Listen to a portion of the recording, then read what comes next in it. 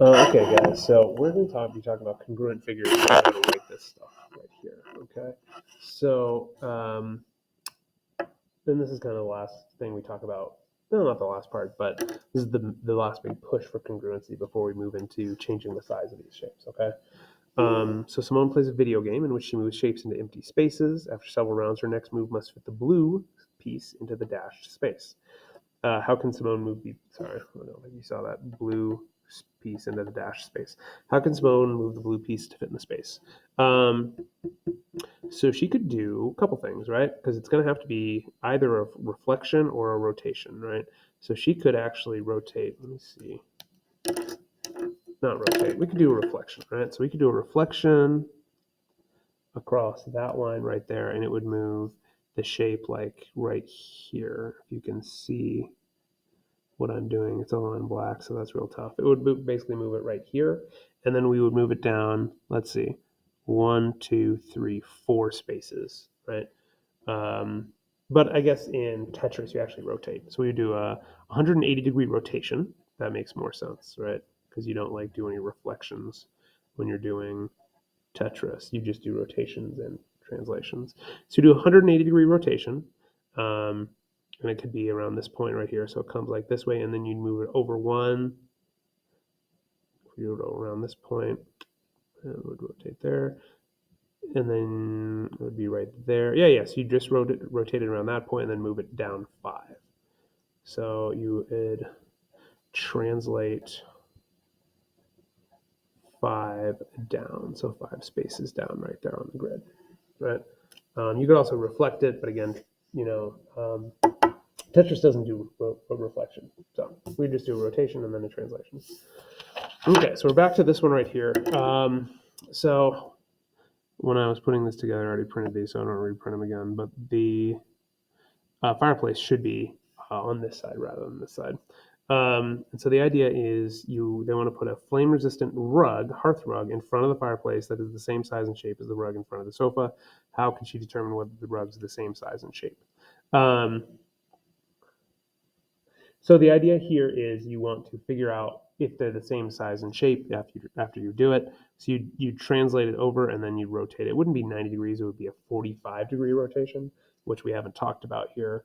But it would end up in front like this, right? And since they're using software on there, right, you have to, when we don't have the software, you actually have to double check by like comparing the sides. And mine's off a little bit, but you could double check it like that. Okay. I know this example is not particularly effective because it doesn't have the software to make it like that precise 30-degree rotation. So we just kind of have to eyeball it because that's where it would end up right there. Okay. Now, this one's a little easier to do on paper because we do have it's a 90-degree rotation instead of like that 45-degree rotation. So this is easy because we can just kind of match this side to this side because it's longer, right? And we'll count it up. So 1, 2, 3, 4, 5 versus 1, 2, 3, 4, 5. So that's right a distance of 5 and 5. So and it's going to match over here because they're rectangles. And then if we count the other side, right? So 1, 2, 3, 4 versus 1, 2, 3, 4. So 4 and 4. Okay. So just count the matching sides to see if they are the same distance or the same size, let's say.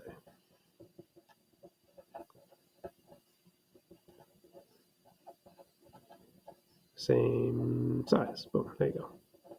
Good. Okay.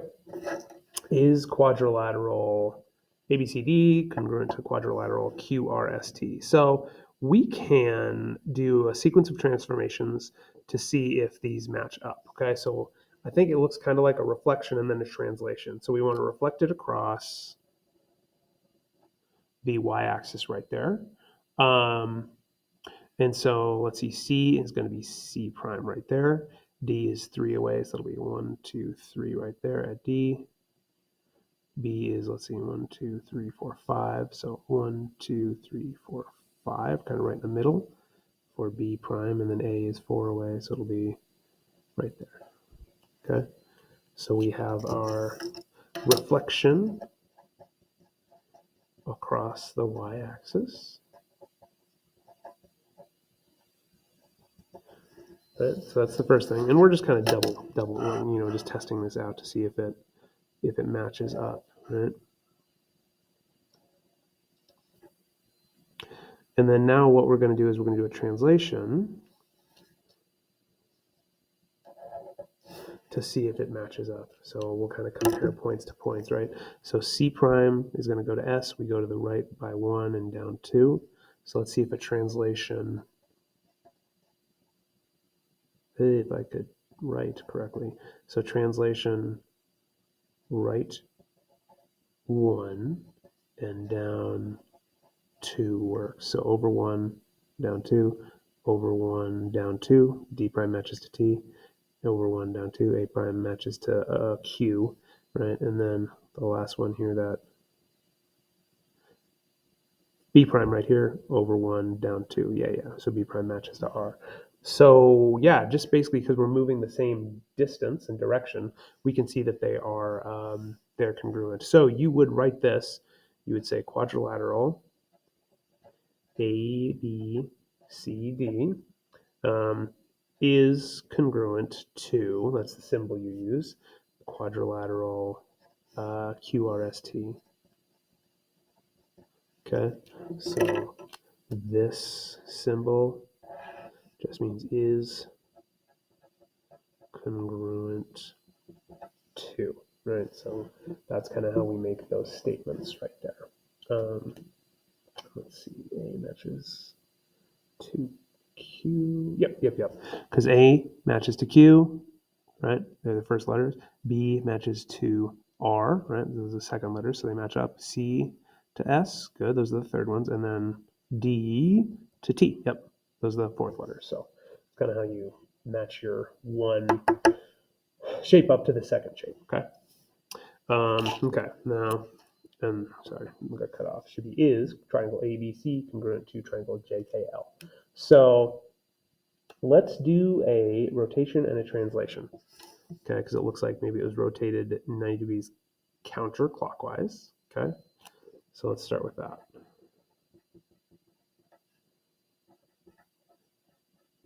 Okay, so let's see. So this is at, A is at -1, 1. And I'm going to have to, let's see, B is at -1, 5. Okay, and then C is at -5, 3. So for a 90-degree counterclockwise rotation, we know it's going to end up in quadrant 3, where they're both negative, right? Okay, so again, this is the pre-image because it does not have the, well, because it's the first one, right? I guess neither of them have the prime notation on it. Okay, so we know both our points are going to be negative, so all we're going to do is flip-flop them and make sure they're both negative. So A prime gives us -1, -1.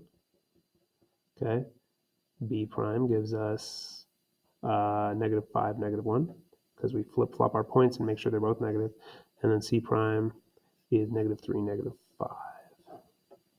Okay, so that we will do that. -1, -1 is right here. A prime, -5, -1 is right here. And then C prime is -3, 5. C prime is right there. Okay.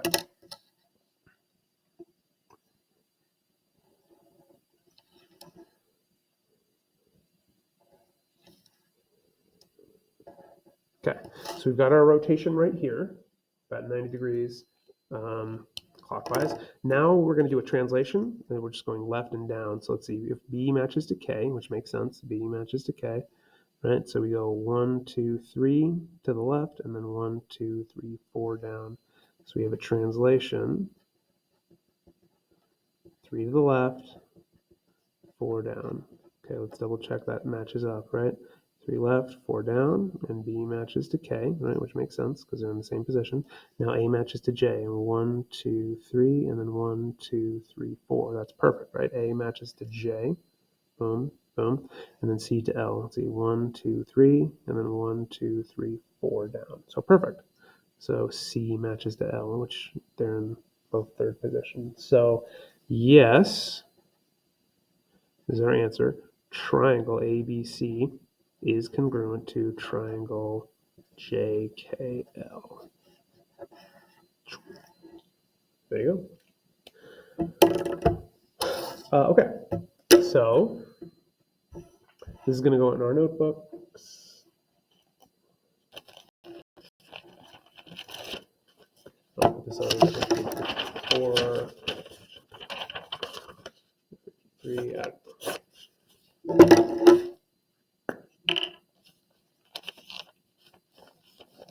think some of my page numbers in my table of contents might be off here. Let's double check. So 52, 53, so it should be 54. For 6-5, understand congruent figures.